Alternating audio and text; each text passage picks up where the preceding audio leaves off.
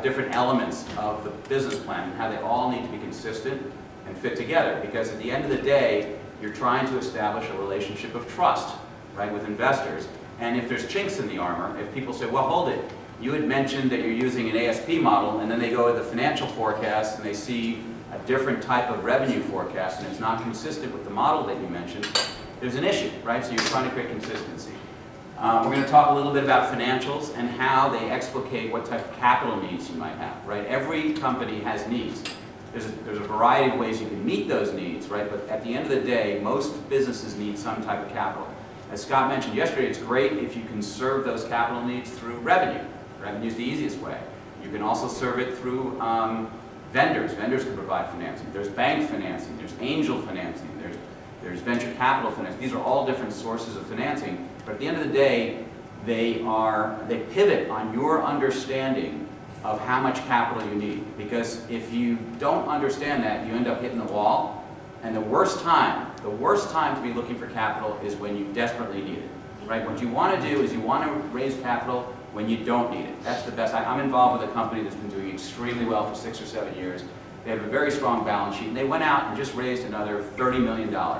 And it was easy. The reason why it was easy for them is they didn't need it.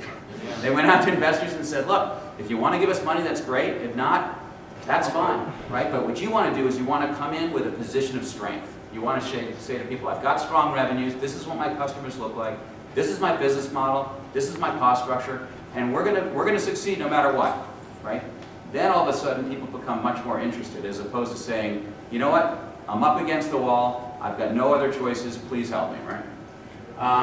We're gonna talk about how to build credible revenue projections. And again, you've probably all seen the typical hockey stick that we see all the time. But the question is, what's the rationale behind that hockey stick? What is driving that growth?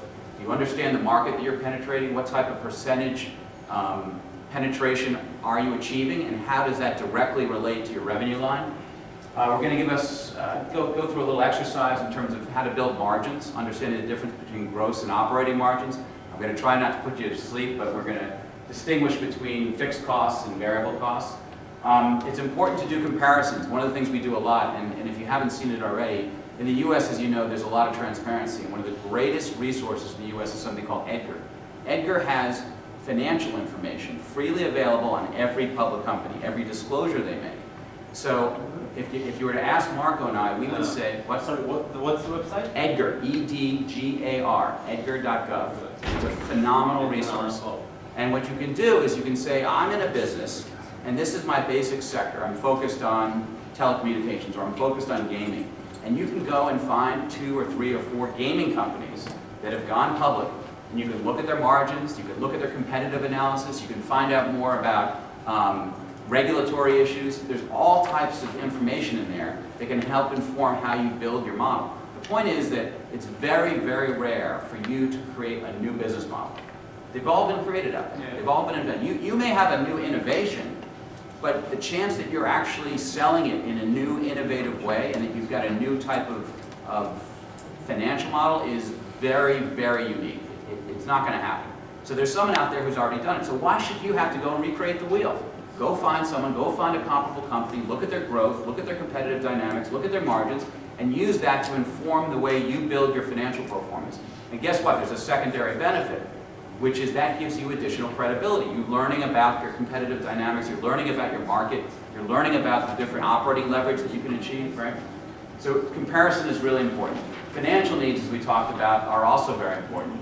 We're also going to delve a little bit into uses of capital, and then we'll wrap it up with some conclusions.